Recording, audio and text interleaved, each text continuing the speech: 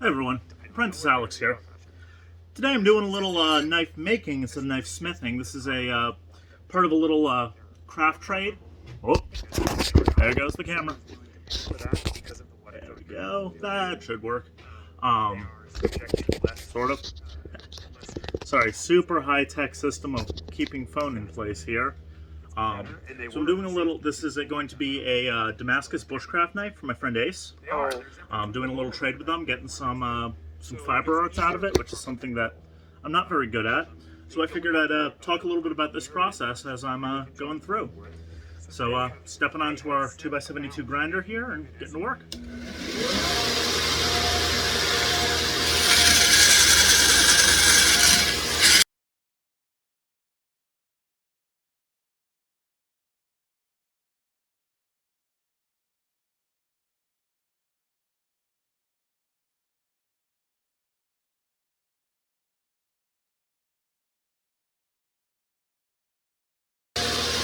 So if you see me dipping down to the corner here, I'm actually reaching outside of the shop to dip this in the snow. When you're, working with removing material via friction, it tends to get hot real fast. So just, dropping the steel in the snow a little bit, doesn't get hot, not letting it get hot enough so that I'm worried about cracking it or anything, but just keep it comfortable to handle.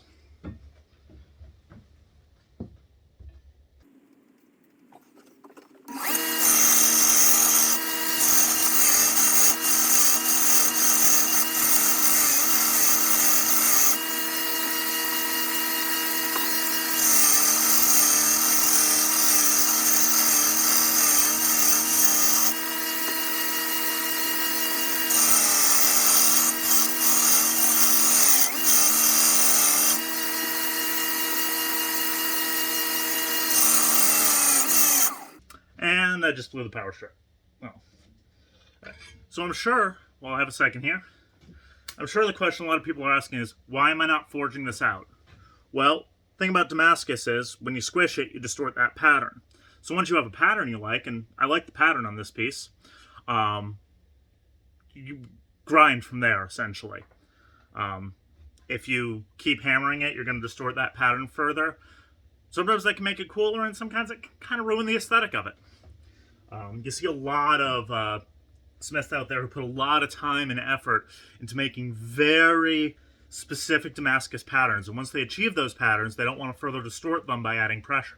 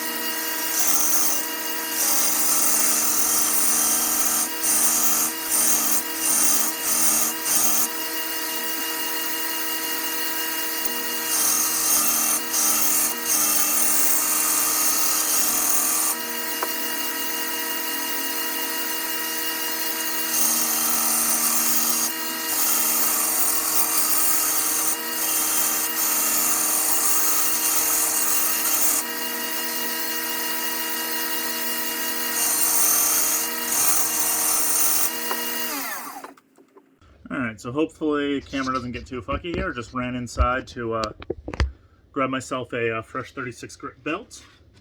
This should help my progress along pretty nicely. This belt still has some life to it, but for raw stock removal... Ah, the camera's dying again. Oh well, you can still hear me while I get this set up. For raw stock removal, gonna need a little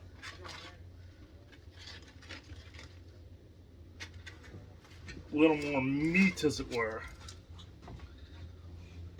Okay. Let's hope that stays now. All right.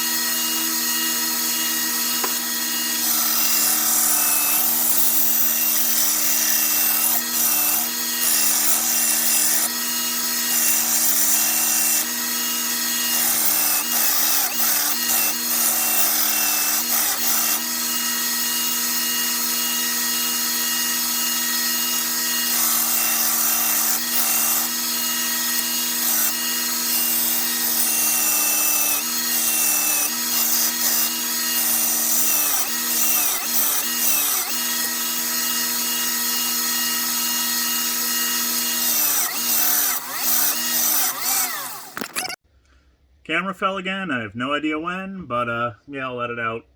It was too much.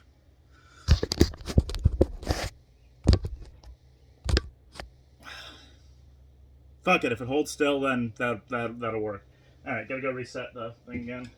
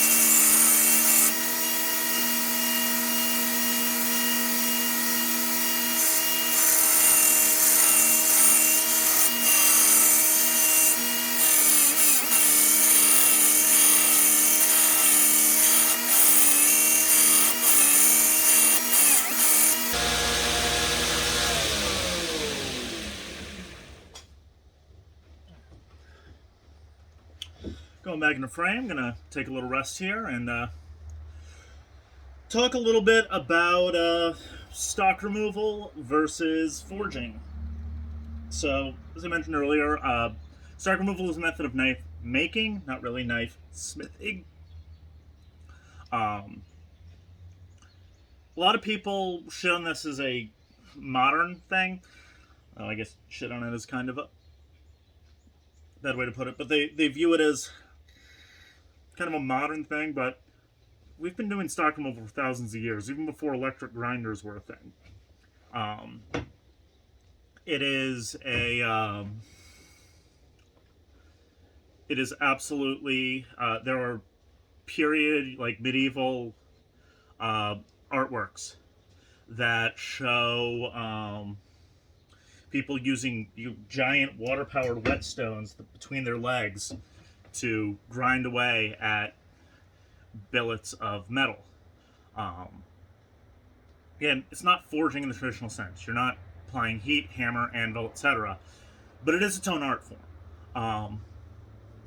This is the reason that it is heavily frowned upon in something like Forged in Fire, because it is a different art form from blade smithing, which is what the show is really supposed to be about. There are most knife makers, guys who do, and gals and NBs that do stock removal, tend to they usually have some background in smithing, because you still have to do the temper cycles and everything. And everything they do, like we still put a lot of our bevel on with a grinder. We put our edge on with a grinder. We're not doing everything by hand. So everything that you learn doing knife making goes right into knife smithing. But the ability to move steel with a hammer on an anvil does not necessarily translate over towards knife making in the stock removal sense. A good bladesmith should have a solid foundation in both, at least in my opinion. To be completely honest, my knife making lags behind my knife smithing. I'm much better with a hammer and anvil than I am with the grinder, and this is one of the reasons that I'm choosing, along with what I talked about earlier with the Damascus. One of the another factor in doing this project, entirely stock removal, is to force myself to get better on this grinder. So thank you, Ace, for this opportunity.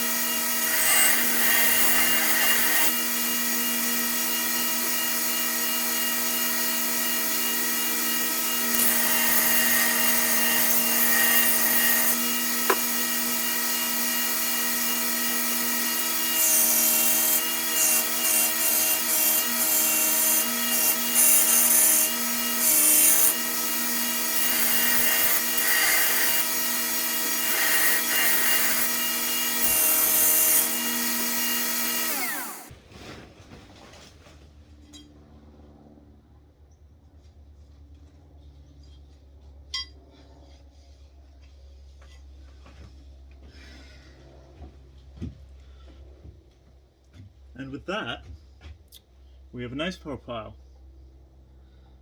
I hope you're happy with this, Ace. I will definitely be sending you some pictures to bring you more up to date. Yeah, time to go show it to the old teach. Hi everybody, Apprentice Alex here, and thank you so much for watching this video.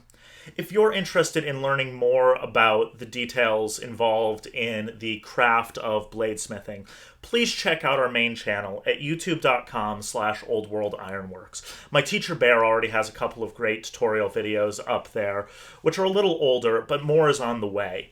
If you're interested in supporting the shop, then of course, like, comment, subscribe, all that good stuff. Share the videos around. You can find us on our web store at oldworldironworks.net, or you can support us on Patreon at patreon.com/oldworldironworks. Again, means the world to us. Thank you so much. Links in the description below.